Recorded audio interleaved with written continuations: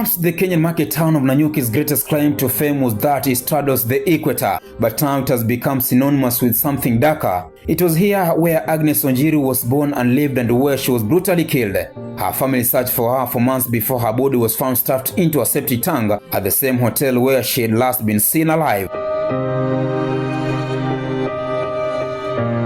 Agnes Wanjiru, standing in a doorway, holds the photo Kenya seeks arrest of former British soldier over alleged murder of Agnes Wanjiru. Agnes was raised by her mother, Lydia Wanjiru Kimotho, who did what her family affectionately referred to as a side hustle jobs, such as farming, while bringing up her 5 children. The eldest child, Wanjiru, was followed by a brother, James Mwangi, then Cecilia Muthoni and Francis Njoki. Agnes was the youngest. Agnes lived in Nanyuki for all of her 21 years, and if she ever traveled, it was only to visit her sister Cecilia, who lived several hours away. She started her primary education at school in Nanyuki DEB Primary. I later joined Gakawa Secondary School. She enjoyed lessons, and her favorite subject was literature. She also loved music. She would often be caught singing or dancing. She enjoyed busying herself in the kitchen and spending her spare time with her extended family. As a sister, daughter, and aunt, Agnes was dependable and kind, her family said, and she was also funny.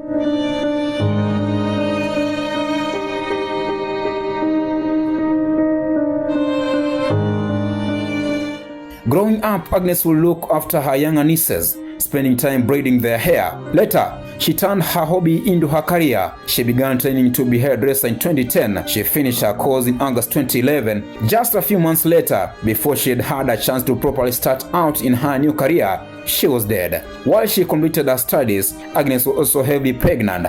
Her daughter Stacey was born on 20th October that year. Agnes' feelings about becoming a mom was that it was the best feeling ever. She loved her baby daughter but struggled to provide for her. And like many young women in Nanyuki, Agnes would make extra money from selling sex. BATUK, the British Army training base nearby, provided a steady flow of custom. Soldiers would come into Nanyuki to drink and socialize, and many would pay for sex with the local women, often several in one night, paying them as little as the equivalent of £1 a time. Agnes would go to bars in the town to meet her friends and dance. The night she disappeared, 31st March 2012, started like many others. She went to the Lions Court Hotel, a favorite haunt of British soldiers, to meet her friends Florence Nyaguthi and Susan Nyambura. They remembered her joining them at about 11 p.m. and the 3 women dancing together. Agnes was drinking a beer that she told her friends had been bought for her by a British soldier. Instead of turning home to her sister, her daughter, and her niece as she had every other night, Agnes disappeared.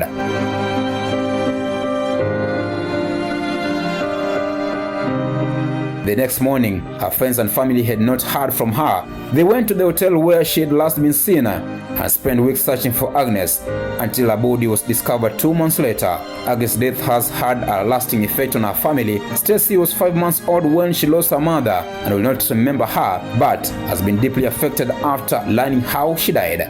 In Shemela Samuel Govilo, BATUK brutality in Nanyuki, Pekuzi TV, Nairobi.